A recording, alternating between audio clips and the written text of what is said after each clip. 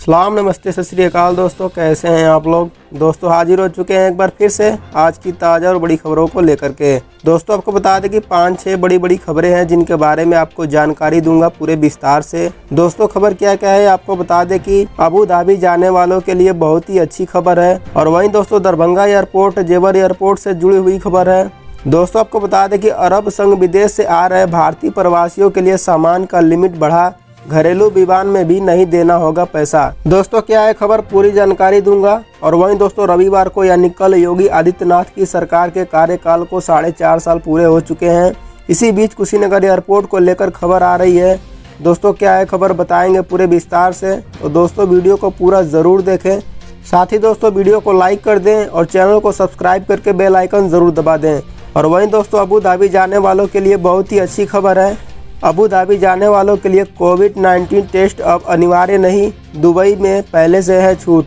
दोस्तों आपको बता दें कि अबू धाबी ने शनिवार को संयुक्त अरब अमीरात के अन्य हिस्सों से आने वाले लोगों के लिए कोविड-19 टेस्ट कराने की अनिवार्यता खत्म कर दी है। अबू धाबी ने शनिवार को यह घोषणा की। इसमें कहा गया कि संयुक्त अरब अमीरात के 6 अन्य अमीरात से आने वाले लोग रविवार से बिना जांच के भी राजधानी में प्रवेश कर सकते हैं। आपको बता दें कि यूएई की सरकार न्यूज एजेंसी वाम के मुताबिक अभी तक यूएई की राजधानी में अमीरात के अन्य हिस्सों से प्रवेश के लिए पीसीआर टेस्ट का निगेटिव होना अनिवार्य था। इसी महीने की शुरुआत में अबू धाबी ने विदेश से आने वाले ऐसे लोगों को क्वारंटीन करने की अनिवार्यता खत्म कर दी थी जिनका कोविड-19 टीकाकरण हो चुका था। आपको बता दें कि 7 अमीरात को मिलाकर संयुक्त अरब अमीरात देश का गठन किया गया था। अबू धाबी की अर्थव्यवस्था काफी हद तक तेल पर टिकी है।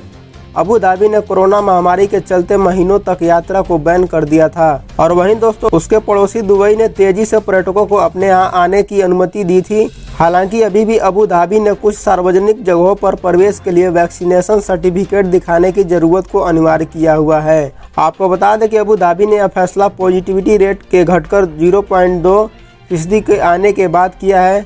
इसका मतलब है कि वहाँ अब 100 लोगों के कोरोना टेस्ट कराने पर सिर्फ 0.2 लोगों की रिपोर्ट पॉजिटिव आ रही है।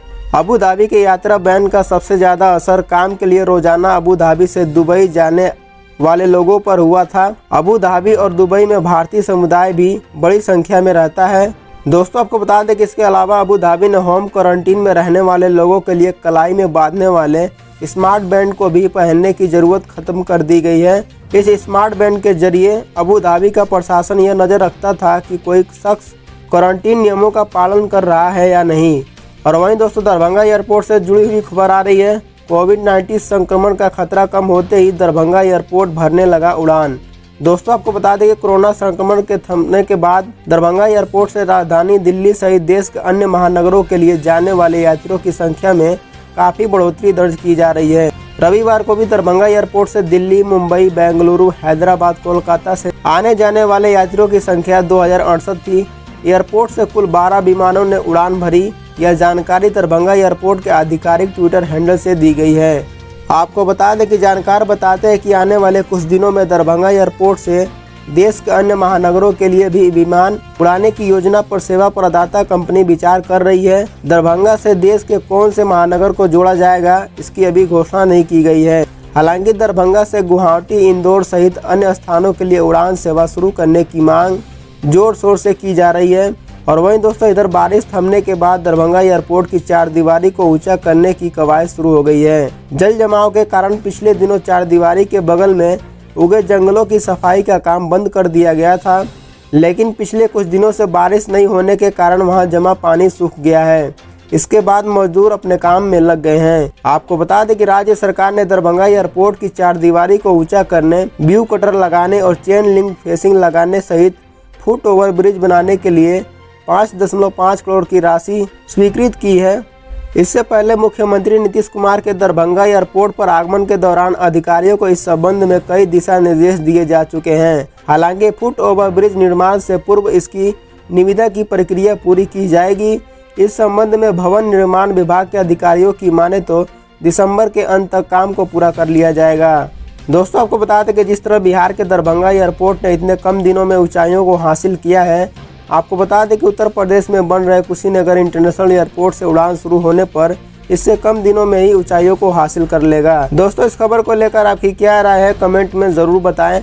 और वहीं दोस्तों अगली खबर में आपको बता दें कि जेवर एयरपोर्ट को लेकर खबर है। जेवर एयरपोर्ट को लेकर योगी सरकार का मेगा प्लान, इलेक्ट्रॉनिक सिटी के साथ मल्टीनेशनल कंपनियों का लगेगा प्लांट। दोस्तों आपको बता दें कि उत्तर प्रदेश की योगी सरकार नोएडा में तेजी से विकास कार्य कर रही है। नोएडा यमुना एक्सप्रेसवे पर तेजी से कई निर्माण कार्य हो रहे हैं। सरकार ने एयरपोर्ट, फिल्म सिटी और टॉय पार्क जैसी तमाम बड़ी योजनाएं शुरू की गई हैं। आपको बता दें कि इसी कड़ी में अब उत्तर प्रदेश सरकार यमुना प्राधिकरण क्षेत्र में इलेक्ट्रॉनिक एसेसरीज के लिए इलेक्ट्रॉनिक पार्क विकसित करने जा रही है। प्रदेश के एमएसएमई, निर्यात और निवेश मंत्री सिद्धार्थ नाथ सिंह ने यमुना प्राधिकरण के अफसरों और Indian cellular and electronic association के साथ बैठक की। और वहीं यमुना प्राधिकरण के सीईओ डॉक्टर अरुणवीर सिंह ने बताया कि यमुना प्राधिकरण क्षेत्र में मोबाइल इलेक्ट्रॉनिक एसेसरीज कंपनियों के लिए विशेष तौर पर एक इलेक्ट्रॉनिक पार्क विकसित किया जाएगा। इस बार को सेक्टर 14 या फिर सेक्टर 10 में शुरू किए जाने की योजना है। इस पार्क के विकसित होने से प्राधिकरण क्षेत्र में न केवल निवेश आएगा बल्कि लोगों को रोजगार भी मिल सकेगा। वहीं यमुना प्राधिकरण के सीईओ डॉक्टर अरुणवीर सिंह ने बताया कि इस पार्क के लिए सेक्टर 24A या सेक्टर 10 में जमीन दी जाएगी। उन्होंने इसका प्रस्ताव सरकार के समक्ष रखा और इस पर जल्द निर्णय लेने की बात कही गई है। आपको बता दें कि नोएडा इंटरनेशनल ग्रीनफील्ड एयरपोर्ट के पास बनने वाली इलेक्ट्रॉनिक सिटी में करीब 50 करोड़ का निवेश आने की उम्मीद है। यह इलेक्ट्रॉनिक सिटी 250 एकड़ में बसाई जाएगी। यहाँ मोबाइल, टीवी और तमाम दूसरे इलेक्ट्रॉनिक सामान बनाने वाली राष्ट्रीय और अंतर्राष्ट्रीय कंपनियां आएंगी। ऐसे में दोस्तों राष्ट्रीय और अंतर्राष्ट्रीय कंपनियों के आने से व्यापार के साथ साथ रोजगार भी बढ़ेगा, जो जेवर में रहने वाले लोगों के लिए बहुत ही अच्छी खबर है। दोस्तों इस खबर को लेकर आपकी क्या राय है कमेंट में जरूर बताएं। और वहीं दोस्तों जो लोग Saudi, Dubai, Qatar, Kuwait, Oman, Bahrain और भी अंतर्राष्ट्रीय देशों से हवाई जहाज का सफर करने वाले लोगों के लिए अच्छी खबर है। अरब संघ विदेश से आ रहे भारतीय प्रवासियों के लिए सामान का लिमिट बढ़ा, घरेलू विमान में भी नहीं देना होगा पैसा। दोस्तों आपको बता दें कि अरब देश से उड़ान भर रहे भारतीय यात्री अपने सामान के लिमिट को लेकर अक्सर परेशान हो जाते हैं और उनके मन में कई तरह के सवाल और वास्तव में कई समस्याएं भी उन्हें झेलनी पड़ती हैं। आपको बता दें कि अब इस ऐलान के बाद एयर इंडिया ने यह साफ कर दिया है कि अंतर्राष्ट्रीय यात्राओं में दिए गए लिमिट को डोमेस्टिक ट्रेवलिंग के दौरान कनेक्टिंग फ्लाइट में विदेश से आने वाले यात्रियों को दिया जाएगा और इसके लिए अतिरिक्त शुल्क नहीं वसूला जाएगा। आपको बता दें कि समस्या कैसे होती है। अंतर्राष्ट्रीय फ्लाइट के दौरान सामान लाने ले जाने की लिमिट डोमेस्टिक फ्लाइट अथवा घरेलू उड़ान से ज्यादा होती है, लेकिन जब अंतर्राष्ट्रीय फ्लाइट यात्रा की लिमिट वाले सामान लेकर प्रवासी भारत पहुँचते हैं और उन्हें अगला यात्रा जब घरेलू विमान में करना होता है तब उन्हें घरेलू विमान के द्वारा तय किए गए लिमिट की वजह से अतिरिक्त सामान पर शुल्क चुकाना पड़ता है। आपको बता दें कि अब यात्राओं में कनेक्टिंग फ्लाइट के लिए वही लिमिट लागू होगा जो अंतर्राष्ट्रीय यात्राओं के दौरान मुहैया कराया गया। इससे दोनों के बीच कोई असमानता नहीं आएगी और यात्रियों को दिक्कत नहीं होगी। दोस्तों आपको बता दें कि विदेश से आने वाले प्रवासियों के लिए ये बहुत ही अच्छी खबर है। और वहीं दोस्तों अगली अपडेट में आपको बता दें कि रविवार को यानी कल योगी आदित्यनाथ की सरकार के कार्यकाल को 4.5 साल पूरे हो चुके हैं।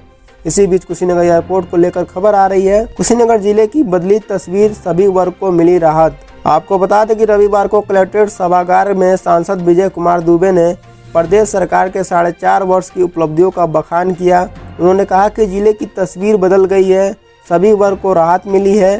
कुशीनगर अंतर्राष्ट्रीय एयरपोर्ट का उड़ान के लिए तैयार होना और मेडिकल कॉलेज की स्थापना की दिशा में चल रहा कार्य जिले की सबसे बड़ी उपलब्धि है। दोस्तों आपको बता दें कि अभी कुछ दिन पहले योगी आदित्यनाथ कुशीनगर जिले के कप्तानगंज में दौरे पर आए हुए थे, जहां उन्होंने अपने भाषण में कहा था कि कुशीनगर से पहली फ्लाइट इंटरनेशनल होगी। दोस्तों आपको बता दें कि योगी आदित्यनाथ की सरकार को 4.5 साल पूरे हो चुके हैं और अभी अगले चुनाव में 6 महीने बाकी हैं।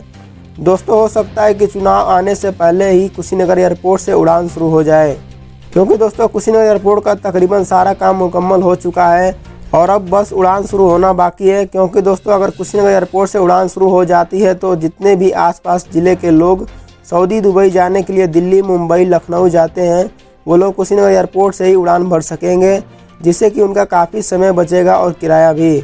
ऐसे में दोस्तों आपको बता दें कि इससे कुशीनगर जिले का विकास और भी बढ़ेगा, क्योंकि कुशीनगर अंतर्राष्ट्रीय एयरपोर्ट का उड़ान के लिए तैयार होना और मेडिकल कॉलेज की स्थापना की दिशा में चल रहा कार्य जिले की सबसे बड़ी उपलब्धि है। दोस्तों इस खबर को लेकर आपकी क्या राय है कमेंट में ज़रूर बताएं। दोस्तों आज की खबरों में बस इतना ही। दोस्तों आखिर में आपसे कहना चाहूँगा, वीडियो को अभी तक लाइक नहीं किया तो लाइक ज़रूर कर दें, और चैनल को सब्सक्राइब करके बेल आइकन ज़रूर दबा दें। दोस्तों मिलते हैं फिर से किसी और खबर के साथ। जय हिंद, जय भारत।